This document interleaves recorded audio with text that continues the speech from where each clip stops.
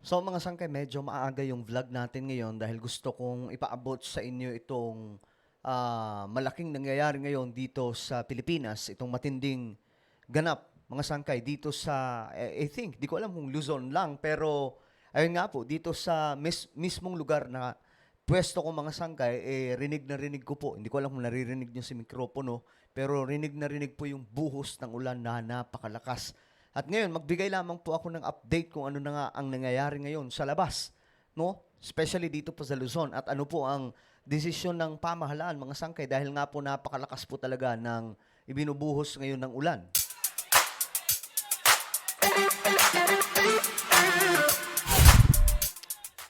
Alright, magandang oras po sa lahat ng ating mga kababayan, sa lahat po ng mga solid sangkay at eto mga sangkay, pag-usapan po natin itong nagaganap po dito sa Pilipinas dahil po napakalakas pala nitong bagyo. Aba, mga sangkay, akala po natin ganun lamang po kasimple kasi kung i-describe po yan ng mga eksperto pagdating sa weather event, okay? Pagdating sa weather natin, parang hindi po siya ganun kalakas. Pero mga sangkay, aba, ngayon, naririnig po natin, may kasama pa nga pong hangin at may mga nakikita po tayong mga post, mga sangkay na nanghihingi po ng tulong ng mga kababayan po natin.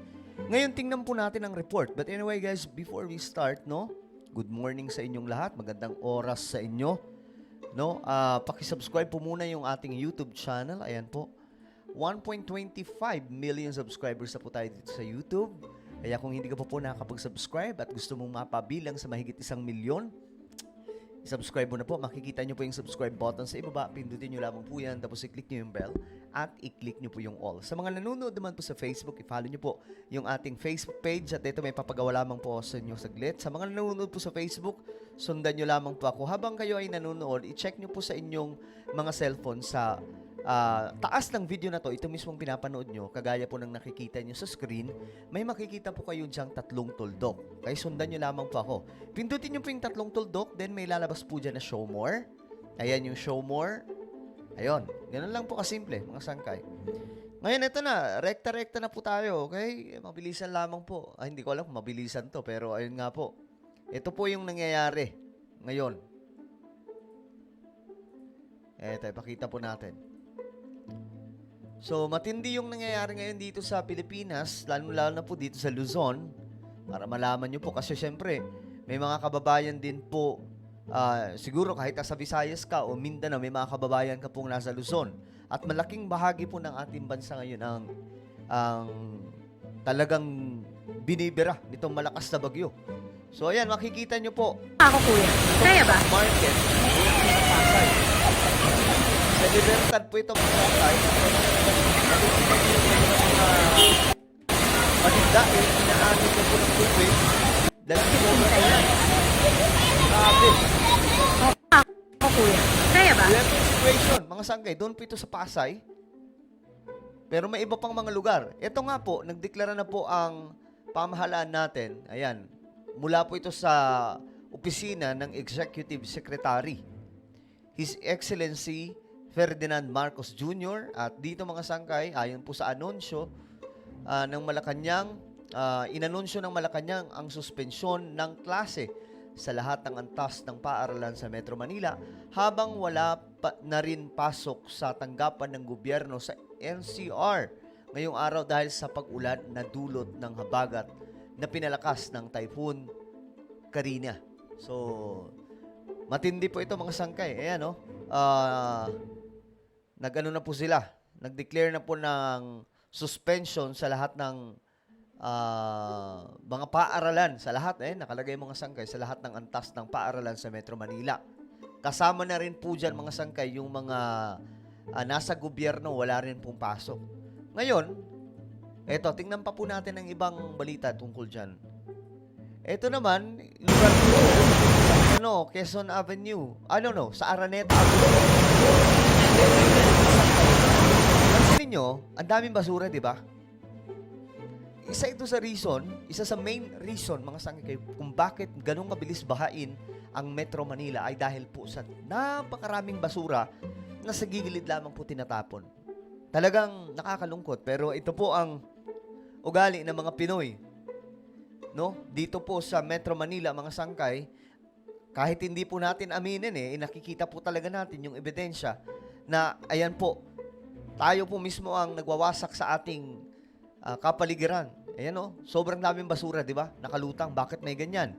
Kasi hindi na po makadaloy doon po sa mga kanal. Kasi para po sa inyong kaalaman, marami pong kanal dito sa Metro Manila. Marami na pong pinagawa ang ating gobyerno. Kaya nga lang mga sangkay, hindi pa rin po sapat. Kasi paano magiging sapat kung tayo mga Pinoy, mga ano tayo, mga balahura tayo. Ayan po, yung mga ultimo maliliit na basura, hindi po yan makakadaloy sa mga daluyan ng tubig. So ayan ang nangyayari.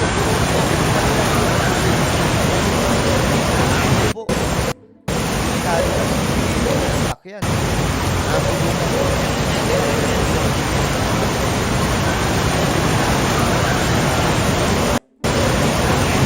Meron pa yan, mga sangkay. Eto, mamaya, pakita ko pa sa inyo yung mga video.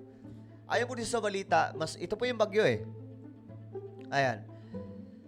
Mas lumakas ang bagyong Karina habang kumikilos ito papalapit sa Taiwan. Huling namataan ang sentro ng bagyo sa layong 290 kilometers northeast ng Batanes. Alas 5 ng umaga. Okay. Ayan, mga sangkay. Red rainfall warning remains over Metro Manila, Bataan. So, talagang matindi, mga sangkay, yung warning. Ngayon nga, lagi pong may update dito, mga sangkay, yung NDRRMC, no? Lagi pong may paalala. Ayan, mga sangkay, naka-red rainfall advisory, Metro Manila, Rizal, Bataan. Ito po ay, sabi po dito, heavy rainfall warning number 20. Weather system enhanced southwest monsoon, habagat. Ayan, serious flooding is expected in flood-prone areas. So, seryosong pagbaha daw po ay inaasahan sa mga lugar na madaling tamaan itong mga pagbaha, mga sangkay. So, nasa red and rainfall advisory ang Metro Manila, Rizal, Bataan, mga sangkay. Nung alas 5 ng umaga, ngayon lamang po, pero nagpapatuloy po up to now yan, mga sangkay, kasi sobrang lakas pa rin po talaga ng ulan. Ngayon, medyo naguguluhan lamang po ako, warning number 20. Kasi ito po yung mga bago ngayong tawag dito, advisory, pagdating po sa mga pananalasa ng ulan. Ito, tingnan po natin.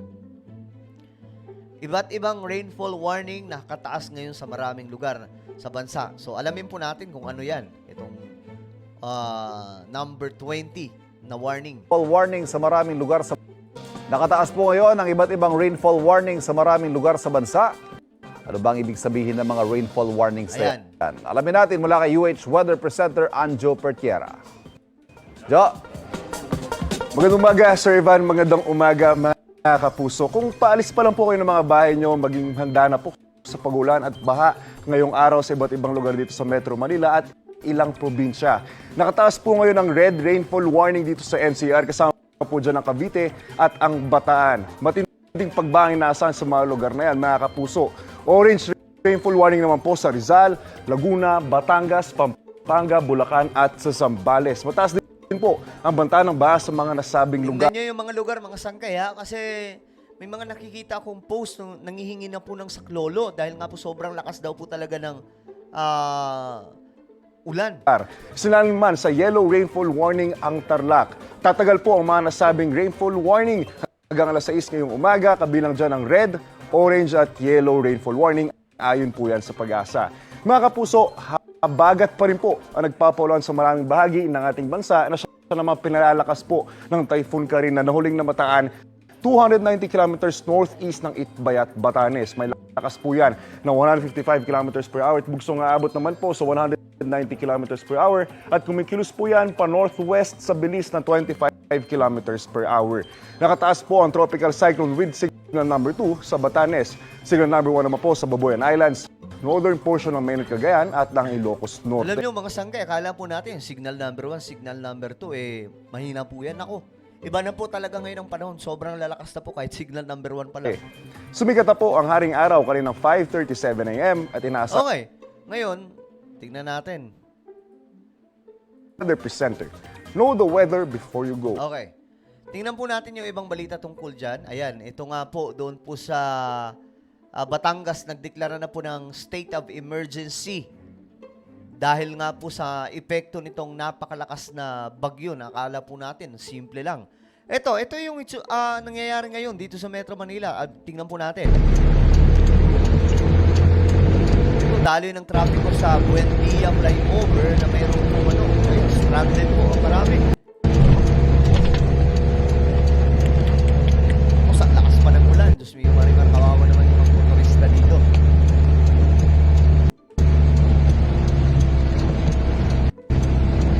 Ito yung ganap ngayon dito sa Luzon, guys.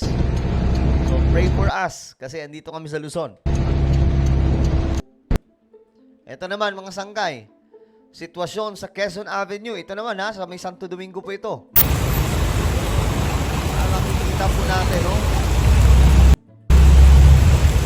Bahagi po sa Santo Domingo. Ito may sasakyan na po. Ayan po. Grabe, ang lakas ng bahanan po. Ito ngayong umaga lang to ngayong umaga. Mga alas 5. Hindi pa umihigil yung ulan. Ibig sabihin mas malakas na ulan ngayon. Grabe. Okay, ito. Check pa natin. Ito sa may Araneta Avenue, mga sangkay yan. Kanina ito natin natin. Yun. Grabe yung basura no? May reklamo tayo pag bumabaha. Huwag tayo magreklamo pag bumabaha, ha? Tayo rin yung may gawa niyo ako. Ngayon lamang po yan.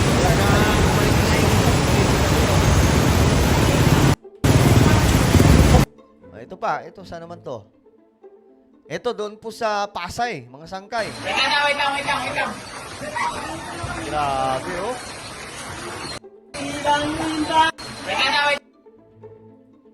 Ito, saan naman to? Sa may Buendia, Taft. Na rin po ng tubig doon. Ganito po talaga sa Taft. Lagi pong nagsuturuyan dyan ng tubig, eh. Grabe, men. Halos buong Metro Manila, mga sangkay, puno ng tubig. Ito, sa Buendia pa rin, guys. Tingnan nyo naman. Mo ang Metro Manila ngayon. O, ito last, mga sangkay, sa Vito Cruz naman. Ngayon lamang po yan, may umaga po yan. Pasikat pa lamang po yung araw.